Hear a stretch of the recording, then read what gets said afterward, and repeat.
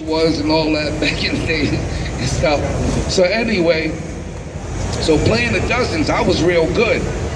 So this man here, his brother Hank Shocklee, and Chuck D, they all ganged up on me. I took all three of them down by myself.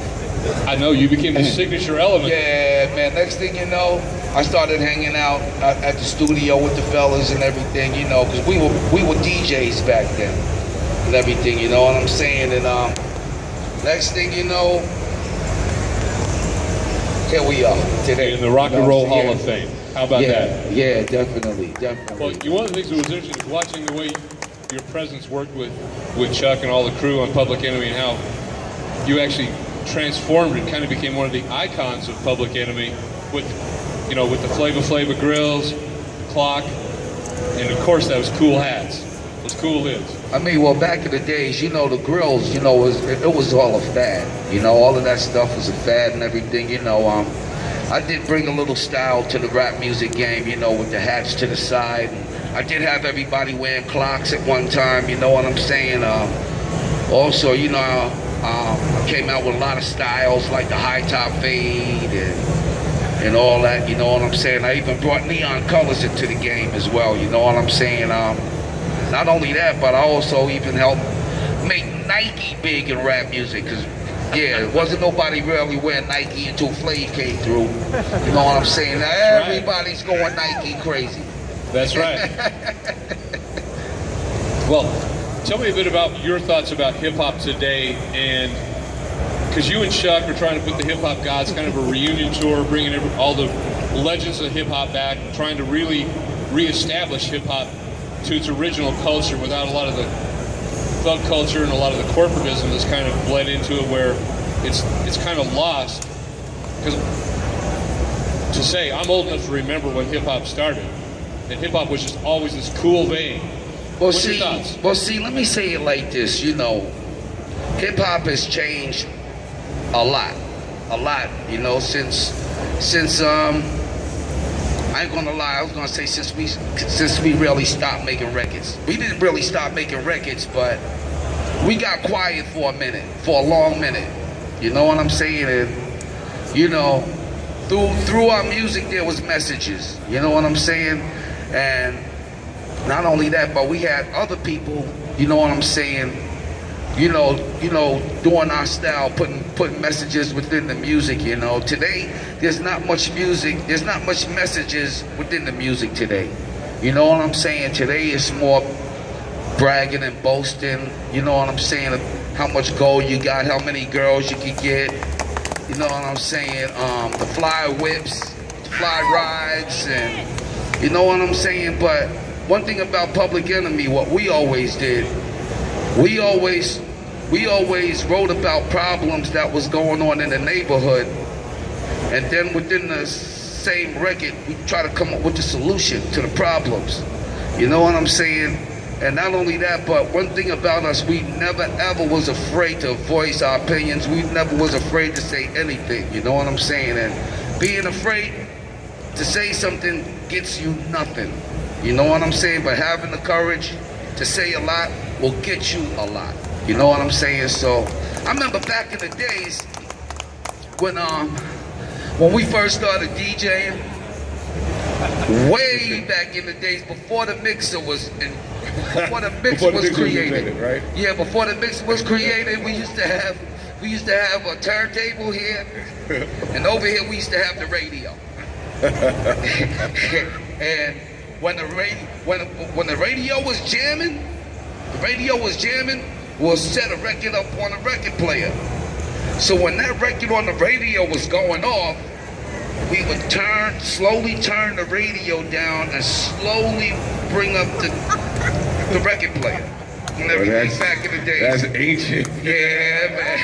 Yeah, that's how big. But that was my big bass drop. But that was DJing back in the days, though. You know what I'm saying? There wasn't no such thing called a mixer. You're right. You know what I'm saying? So, hey, we did like the hen do, the best that we can do. There you go. You know, this is my man. He lives on my block. Well, we grew up on the same block. And we came up in it, like he said, we came up at a time where, you know, there was no conventions. It was like, DJ was like, what? You do what? Or when you gonna get a real job? This ain't no living. But we was in the process of doing things that you guys today, there wasn't no cue system. So like, you know how we got cue system, you listen to one headphones, you can hear the records queuing up? No, we didn't have that. You know what our cue system was? You put your ear to the turntable, hope that your music wasn't loud enough, back cued it, heard it, spin it back a quarter, because we had belt-driven turntables, because it took a quarter of a turn for it to catch up to a 33 1/3 speed. Okay, I'm getting into the science of this now, all right? Follow this. Hey, yo, check this out. Wait a minute, but hold up. But there's times, right, when the record was going off the radio, and we'd be bringing up the turntable, and the record on the radio was way faster than the record that we had on the turntable. We had no pitch control. Hey, and you know what else we did? We just hurry up and cut the radio out. We cut it out. So, we hurry up and cut the radio down and we just let the record play. So me and him, we can sit up here and have fun and talk about all our wild stories. But we came up with, there was no pitch control on turntables. So it's just either 33, 45, and if you had that unique turntable that had a 78, you was kind of dope. But we came up from that era, and now you gotta understand, this is like New York City, Long Island. We're on Long Island. Then you got the New York City DJs. You had a lot of DJs coming up, and this is like, what were you talking about? 72, 73? Yeah. Oh wow, this is crazy. So while the kids up in the Bronx, like Kool Herc and Bambaataa was doing their thing. Now, I'm going to give Kool Herc, Bambaataa, and another kid that y'all probably don't remember, Keith Cowboy, were coining the phrase of hip-hop in the culture of the B-boys, which they turned into breakdancing, and the DJs. So, but before then, there was the mobile DJs kicking it in Brooklyn. Now, we're in the boroughs. Now understand this, Brooklyn is a part of Long Island for all of y'all that don't know, and you Brooklyn people that are here that's like, no it's not, it is. So the Brooklyn DJs had the crazy sound system, which come from the Jamaican guys like your King Tubby. So in Jamaica, they used to have the crazy big sound systems, which we have today on the DJ market. So what's happening is, those guys migrated to Brooklyn, because in Brooklyn there's a whole Jamaican culture. And within that culture, the DJs brought from Jamaica that whole sound system culture, which they used to go around to the parks, like Reese Beach. We had a park in our town, Roosevelt Centennial Park. Out in Queens, you had all these DJs with crazy sound systems. So we used to marvel at these guys. And at the same time, in the early 70s, you had this thing going up in the Bronx where Kool Herc and Bambaataa had these guys doing breakdancing to break beats, because the Brooklyn DJs, and how we used to do it, we was in the disco culture. So we used to play a lot of disco music. So when Kool Herc started playing records from disco, like we used to wait for the breakdown, which we called then disco breaks, turned into break beats. This is when this evolution of hip hop started to form. Now, our involvement, we're just one of the tools, or one of the, I call it, Chuck calls it, there's the creators, there's the game changers, and then there's the players.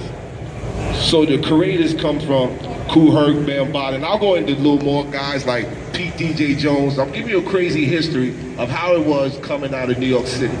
So you got Pete DJ Jones, Grandmaster Flowers, which Grandmaster Flash got his original Grandmaster from, Maboya, Donnie Dance Master. I can go into a whole new culture.